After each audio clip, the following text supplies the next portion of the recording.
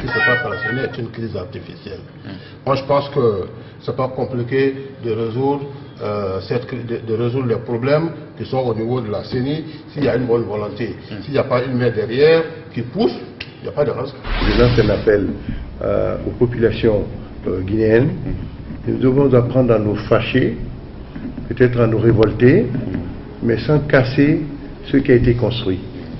Tout ce qui a été construit, ce qui est construit par l'État, l'est par le fruit de nos impôts, par le fruit de notre travail.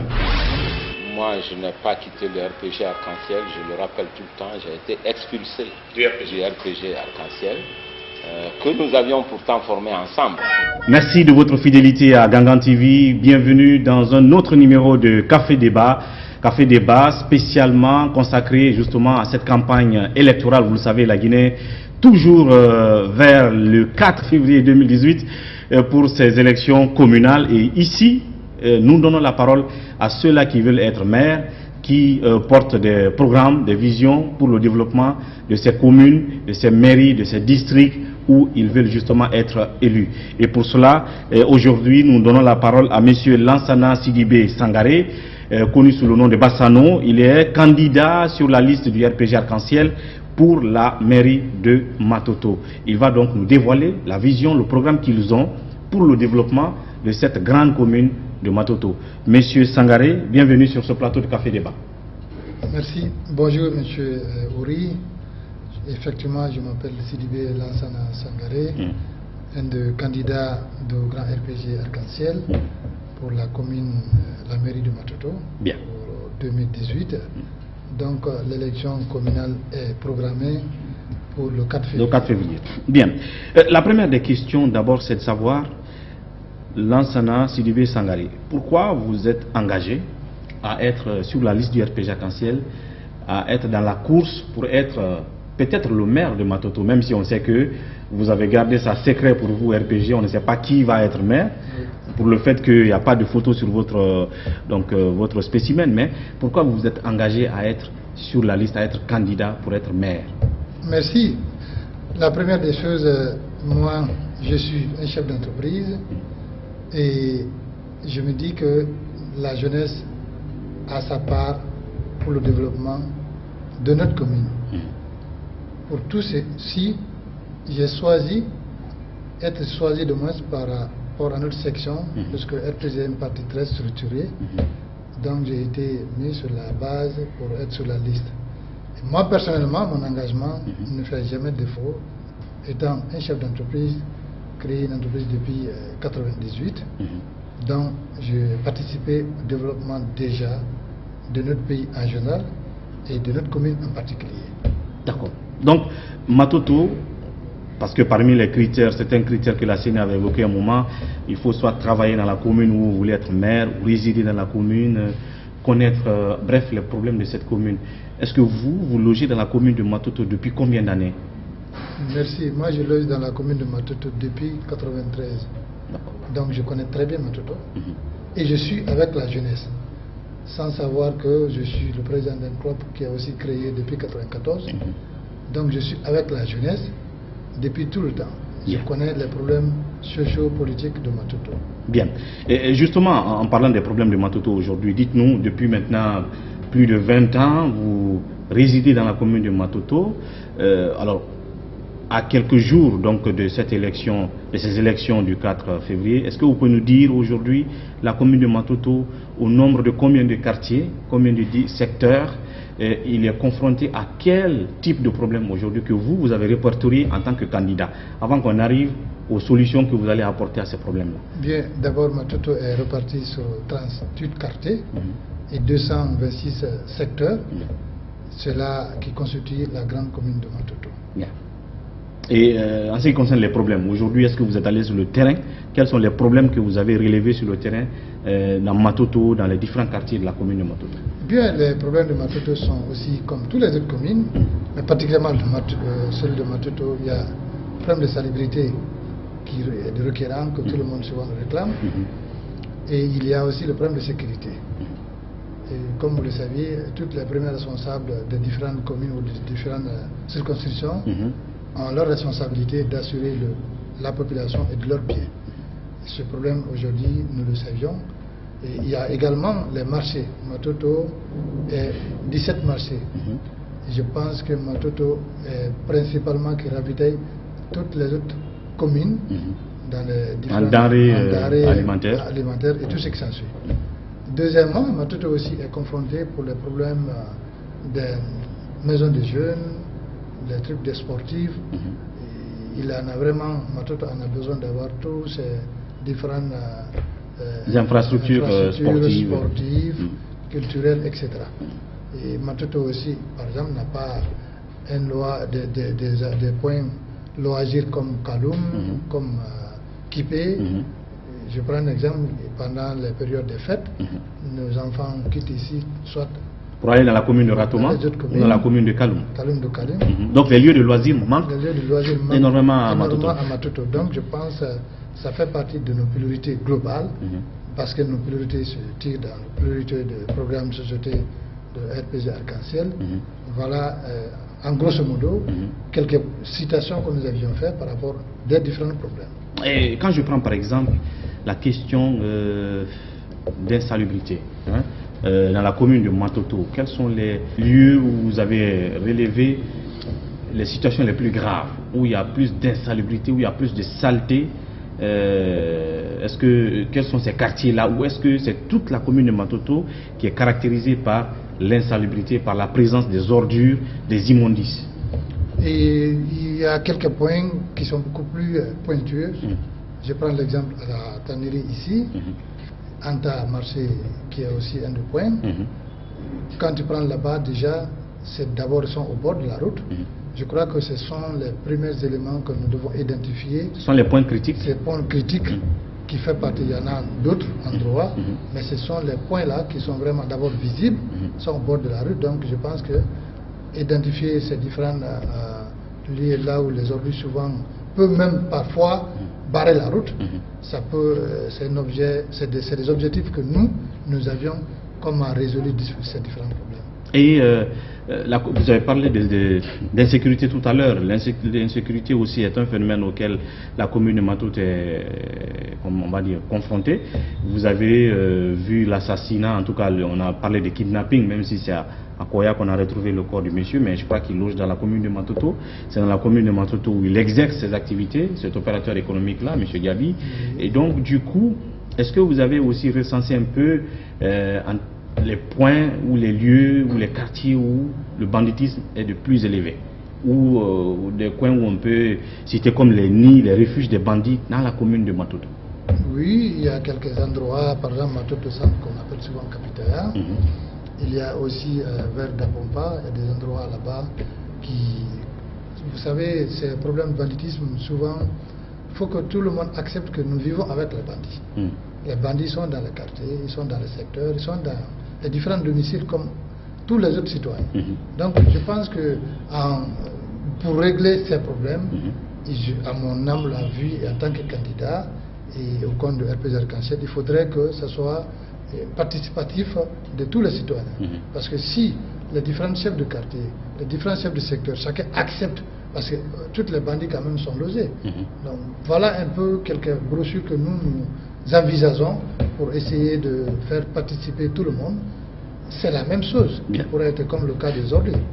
On va revenir tout à l'heure aux solutions, mais est-ce que dans l'identification des problèmes auxquels Matoto en tant que commune est confrontée, vous avez oublié par exemple l'aspect infrastructure sanitaire, ou bien est-ce que ça ne rentre pas dans les comment on appelle ça, les domaines de compétences des maires, c'est-à-dire la construction des centres de santé et bien entendu des écoles? Est-ce que Matoto, c'est la commune qui abrite des écoles dignes de nom, ou est-ce que ce problème-là vous a, on va dire, échappé? Et la question d'emploi des jeunes, est-ce que les jeunes de Matoto, de la commune de Matoto, ne sont pas confrontés au problème de chômage? Parce que vous n'avez pas cité ces trois aspects-là, infrastructure sanitaire, scolaire et chômage.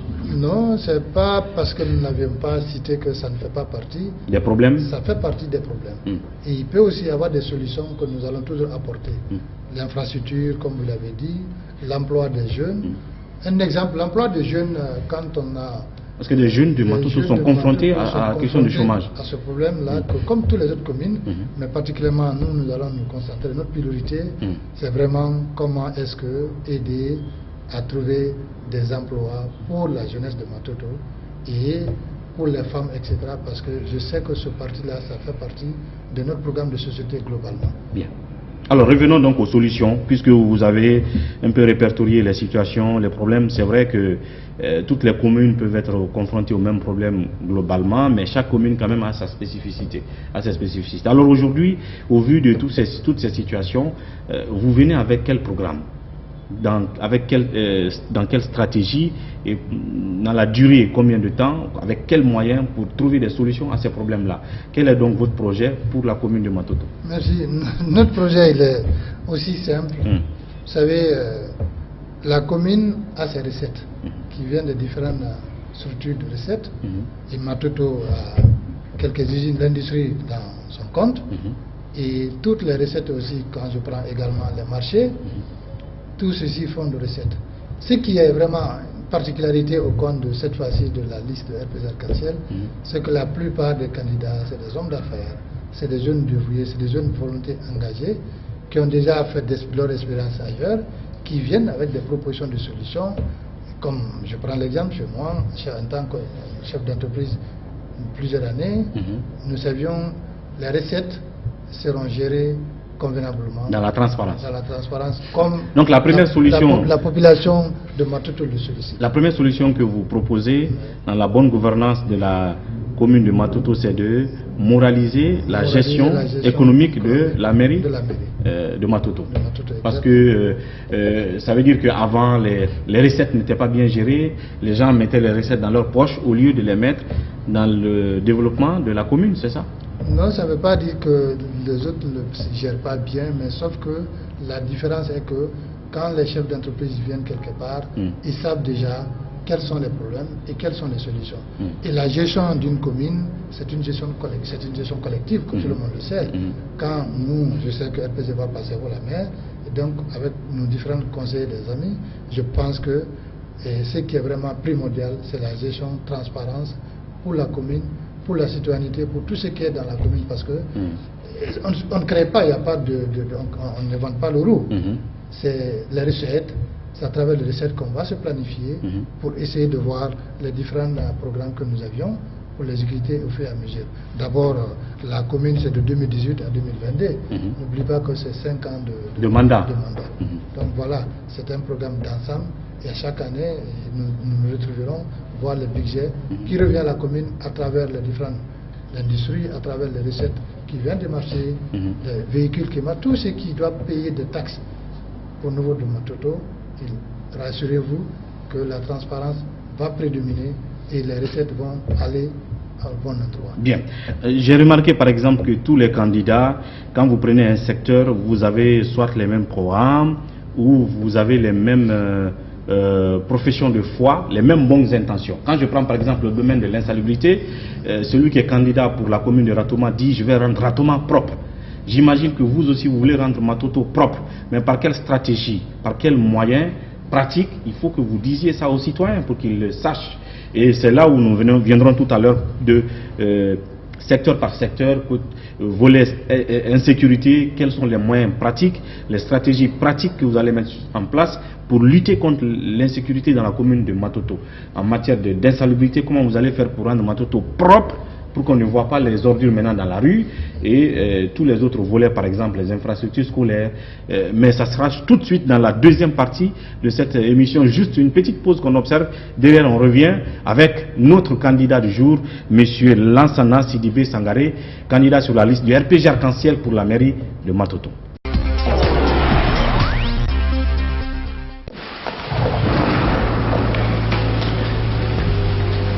Il existe des choses qui nous donnent la force et l'audace d'aller au-delà de notre imagination. Le thé Akbar. Le thé Akbar est fabriqué en utilisant uniquement les feuilles soigneusement sélectionnées en provenance de Ceylon. La qualité du thé Akbar a été évaluée selon les normes les plus strictes par des experts en dégustation qui se sont appuyés sur près d'un siècle d'expertise dans ce domaine. Premier producteur de thé, vous pouvez faire confiance à la famille Akbar pour vous garantir votre santé. Seule la meilleure tasse de thé peut vous procurer de la fraîcheur. Thé Akbar, le leader mondial. De nouveau dans la production des œufs en Guinée. Après 2 ans d'expérimentation, Diaty Condé et son équipe vous présentent des œufs blancs, naturels avec moins de cholestérol et très doux. Les œufs blancs sont produits sur place à Kindia et vendus avec les alvéoles à des prix très abordables, 22 000 francs guinéens et 24 000 francs guinéens pour un alvéole de 30 œufs. Procurez-vous des œufs blancs de chez Diaty Condé aux 4 coins de la Guinée. Contact Kankan Korossa 669 00 59 85 ou le 621 18 90 62. Conakry le 664 04 55 92. Kindia 625 22 84 38. Boki Kamsar 622 60 31 61. Mafereya Forecaria 664 33 25 11. Consommez les œufs blancs, vous ne serez pas déçus. Ce qui se passe à la CENI est une crise artificielle. Moi, je pense que c'est pas compliqué de résoudre de résoudre les problèmes qui sont au niveau de la CENI s'il y a une bonne volonté. S'il n'y a pas une main derrière qui pousse, il n'y a pas de raison. Je lance un appel aux populations guinéennes. Nous devons apprendre à nous fâcher, peut-être à nous révolter, mais sans casser ce qui a été construit. Tout ce qui a été construit, ce qui est construit par l'État, l'est par le fruit de nos impôts, par le fruit de notre travail.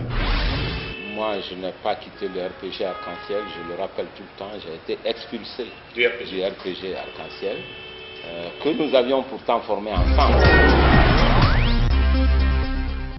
Merci de nous retrouver donc dans cette deuxième partie de Café Débat qui reçoit comme invité, comme candidat, comme vous le savez bien entendu, Café Débat est consacré ces derniers temps aux campagnes électorales, aux candidats qui ont des visions, des projets pour les communes où ils veulent être maires. Lansana Sidibé Sangaré donc est candidat sur la liste du RPG Arc-en-Ciel pour la commune de Matoto, la commune d'ailleurs qui abrite ce groupe de médias Gangan Radio-Télévision. Alors Monsieur Sangaré, vous avez tout de suite dit que c'est facile, il faut collecter les fonds, les recettes qui viennent des unités industrielles qui sont dans la commune de Matoto. Vous avez combien d'unités industrielles d'ailleurs? Parce qu'il faut-il savoir combien d'unités industrielles, quelle industrie vous avez à Matoto pour récupérer les recettes. Et après maintenant on revient au cas pratique de solution. Bon, il peut y avoir une dizaine d'industries sur l'industrie à Matoto, à savoir Topaz, Bonadi, etc. Toutes ces industries sont installées sur le territoire de Matoto. Donc, et la commune a une part de taxes à relever dans ces différentes industries, naturellement. Alors, parlons de l'insécurité. L'insécurité bat son plein à Matoto. Maintenant, quelle est votre approche de solution pour lutter contre l'insécurité, le banditisme dans la commune de Matoto? Merci M. Diallo. Notre approche de solution est simple. Ils partent, comme je l'ai dit tout tantôt, la participation de tous les citoyens, en commençant par les différents chefs de quartier, les différents chefs de secteur, même les propriétaires des maisons. Parce que les bandits ils sont toujours abrités. Ils ne sont pas sur une autre planète, en fait. Ils sont avec nous. Nous vivons ensemble. Donc si nous faisons participer l'ensemble des citoyens, en commençant par les différents responsables des quartiers, des secteurs, les différents présidents des jeunesses, les différents groupements, je pense que ça pourrait être une des solutions pour vraiment battre contre l'insécurité dans notre propre commune qui est de Matoto. Oui, impliquer les pères de famille, les ménages, les chefs de quartier, c'est une chose.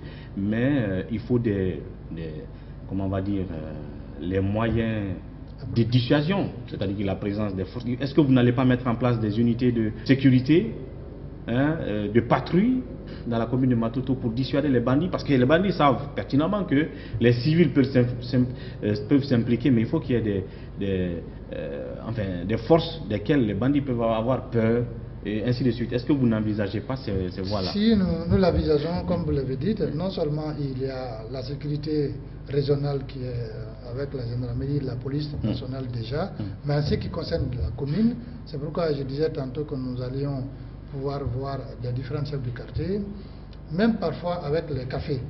Vous savez, c'est une nouvelle stratégie que nous voulons vraiment développer, parce qu'il y a beaucoup de différents groupements à Matoto, les différentes associations. Donc, en visant à faire que les différentes associations, ils prennent peut-être des sécurités communales, mais comme la force de la gendarmerie et la police est au-dessus de nous tous, nous allons pouvoir travailler en étroite collaboration avec la police nationale, avec la gendarmerie, mais en jouant aussi leur rôle. N'oublie pas que ce point, les différents chefs de quartier et les chefs de secteur sont capitales. L'implication des chefs de quartier, les élus locaux. Les élus locaux. Il faudrait d'abord qu'on soit en mesure d'identifier, quand il y a un crime dans un endroit, qu'on soit en mesure d'identifier d'où il vient, dans quelle chambre il est, avec qui il est logé chez qui. C'est des choses qui sont importantes. Quand on identifie comme ça peut être aussi un acte dissuasif pour les bandits. Parce que quand ils savent qu'ils sont vraiment avec les hommes qui ne veulent pas de banditisme, il peut y avoir des choses involontaires, mais quand il y a des choses faites par préméditation, c'est là où l'implication de tous est importante. Bien.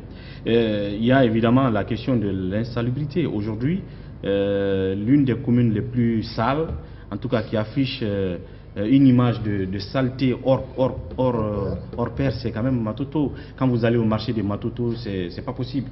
Les femmes sont installées dans une poubelle à ciel ouvert, on va dire comme ça. Le marché de Anta, vous l'avez cité tout à l'heure. Quand vous allez à Imbaya, quelle solution vous avez? Parce que c'est un des grands problèmes de Matoto. Merci beaucoup, M. Ouri. Moi, j'ai fait, en fait, nous tirons tous nos programmes dans la programme société de RPG. Et j'ai fait, en fait, l'insalubrité aujourd'hui qui devient un problème cruel pour la population de Matoto. Je vous disais tantôt, ça fait partie aussi que les citoyens y participent au ramassage des ordures. Parce que c'est nous qui produisons les ordures. Absolument. C'est les citoyens qui produisent les ordures. Les ordures ne viennent pas du ciel. C'est les hommes qui les font. Donc, en faisant participer tout le monde et essayer de les encadrer, essayer de mieux structurer, je pense que nous pourrons trouver la solution.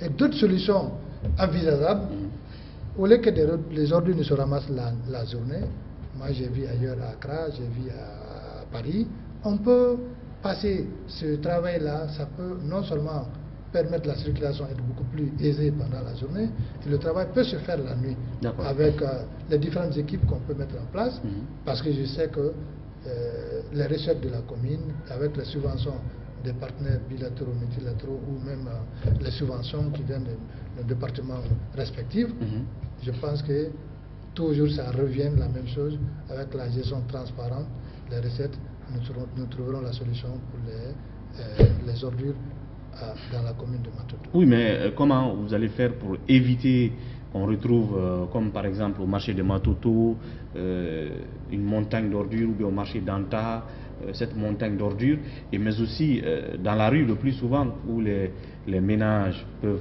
produire les ordures, après ils prennent les déverser sur la voie publique ou sur le trottoir. Comment vous allez faire pour éviter ça? Quelles sont les stratégies pour impliquer justement les gens? Quand vous dites impliquer les gens, est-ce que c'est les PME qui vont être impliqués dans le système de ramassage, de collecte des ordures C'est une des solutions. On peut impliquer les PME.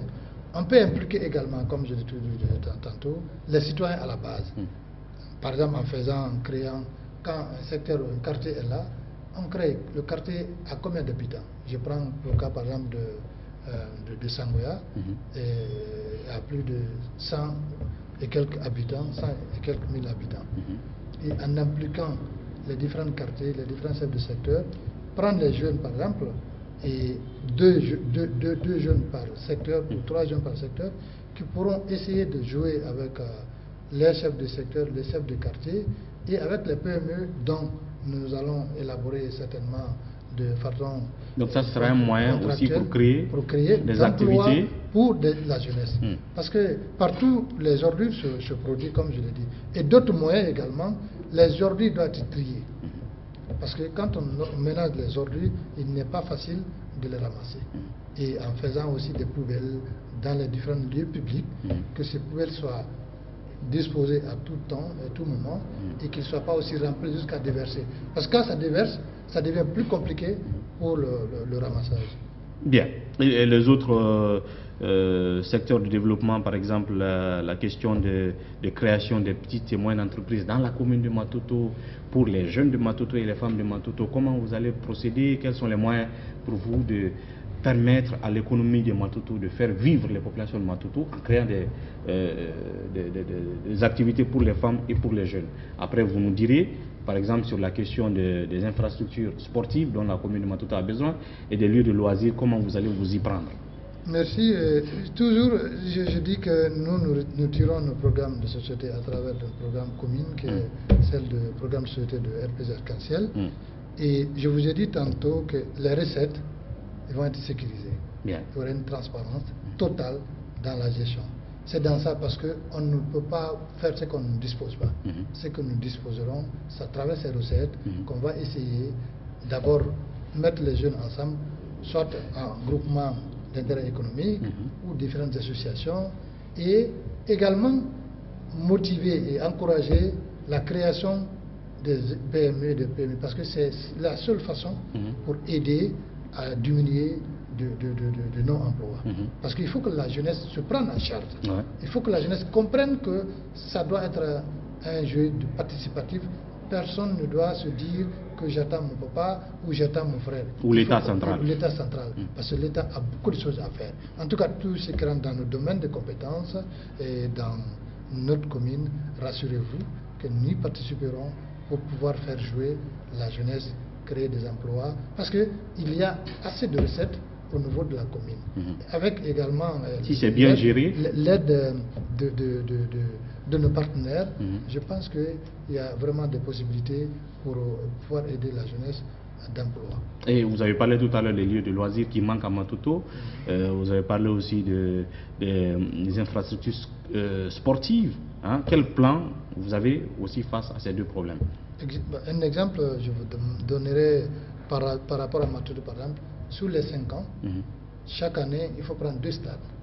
En matière de sport. Vous êtes d'ailleurs président de club, donc vous avez un plan pour ça. Nous avons un plan. Chaque année, il faut prendre 2 stades. 2 stades. 2 stades, et avec les recettes toujours, avec l'aide de partenaires, moi je pense que...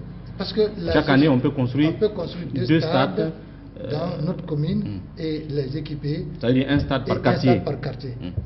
Ou pas par quartier, parce qu'il faudrait dire que c'est pas facile pour que chaque quartier ait un stade.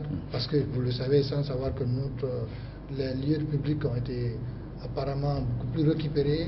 Aujourd'hui, c'est ce qui est un des problèmes. Mais je pense qu'avec la participation de tous, moi je suis rassuré qu'il y aurait des solutions.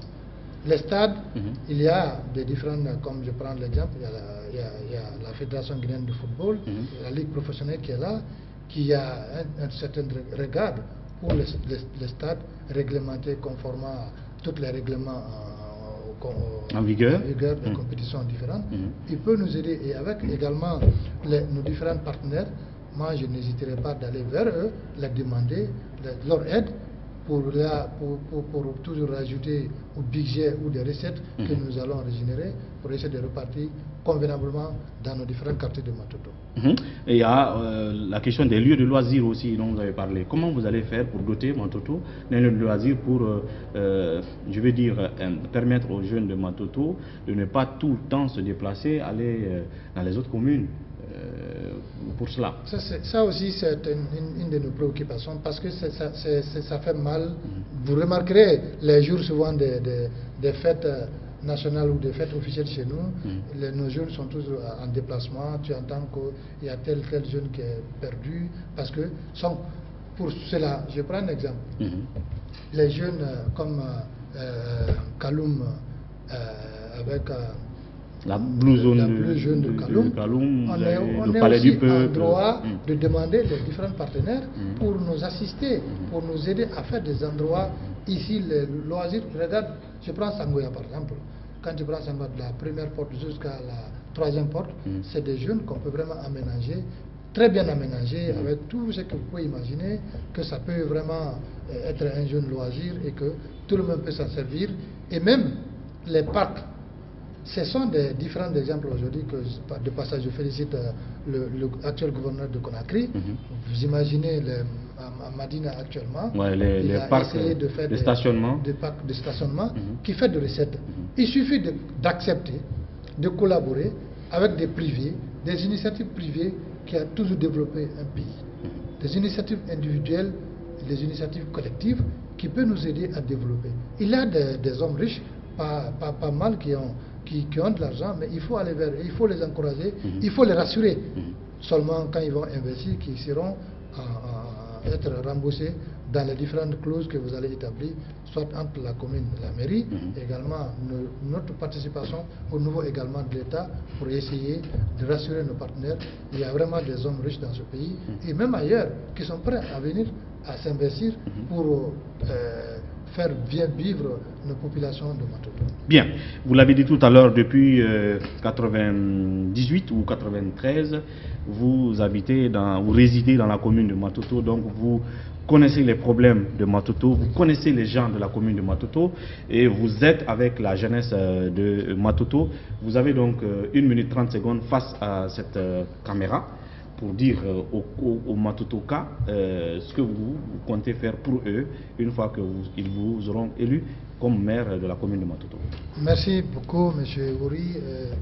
Je suis très ravi de me retrouver devant cette caméra et je m'adresse à la population de Matoto en général, leur demander vivement. La première des choses à Matoto que nous souhaitons, c'est la paix. La paix n'a pas de prix. Il n'y a pas de développement sans la paix.